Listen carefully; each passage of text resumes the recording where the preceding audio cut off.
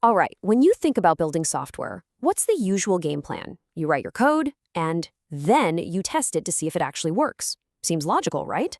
But what if we've been doing it backwards? What if there's a method that completely flips that script on its head? Today, we're diving into something called test-driven development. Yep, we're literally flipping the script. The whole idea behind test-driven development, or TDD for short, is to completely invert that normal workflow. Now, I know what you're thinking. That sounds kind of backwards, right? But just stick with me here, because once you see the logic, you'll realize just how powerful and transformative this can be. And this really lays it out perfectly. It's a tale of two workflows. Over on the left, you've got the traditional way. You code first, and then you figure out how to test it later. But look at the right. That's the TDD way. You start with the test before a single line of feature code even exists. Only then do you write the code needed to make that test pass. You see? The test is literally driving the development. So you might be thinking, where did this kind of extreme idea come from? Well, it's not some new fad. TDD actually has deep roots in the Agile movement, specifically in something called extreme programming, or XP.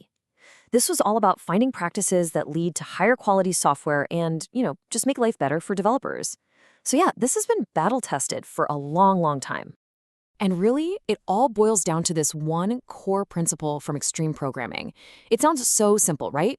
Write the test just before writing the code to be tested. But that little sentence is, well, it's profound. It's the foundation for this whole thing. It forces you to stop and think with crystal clarity about what you actually want to accomplish before you even start coding. Okay, so that's the big idea. But how does it actually work in the real world? What's the process?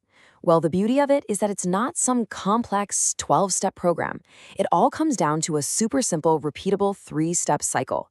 Think of it like a rhythm or a mantra that guides you every step of the way. And here it is, the TDD mantra: red, green, refactor. This 3-step dance is the absolute heartbeat of the whole process. First, you write a test and watch it fail. That's your red step. Then you write just enough code to make it pass. That's green. And finally, you go back and clean everything up. That's refactor. Let's break each one of these down. So, step 1, red. You start by writing a single automated test for a new feature you want to build. And of course, since you haven't written any of the code for it yet, that test is guaranteed to fail. It's going to light up red. But here's the key. Seeing that red isn't a bad thing. It's actually the goal. It proves two things: your test works, and the feature doesn't already exist by some fluke. All right, now that you've got your failing test, you move on to green. And your only mission, your entire focus right now, is to make that test pass. That's it. We're not aiming for beautiful, elegant, perfect code here. Nope.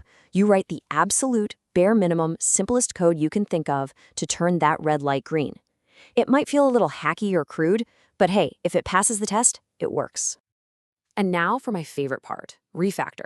Once that test is passing, once you have that green light, you've also created a safety net for yourself. So now you can go back and clean up that code you just wrote. You can make it more efficient, improve the design, make it beautiful, and you can do it all with total confidence. Why?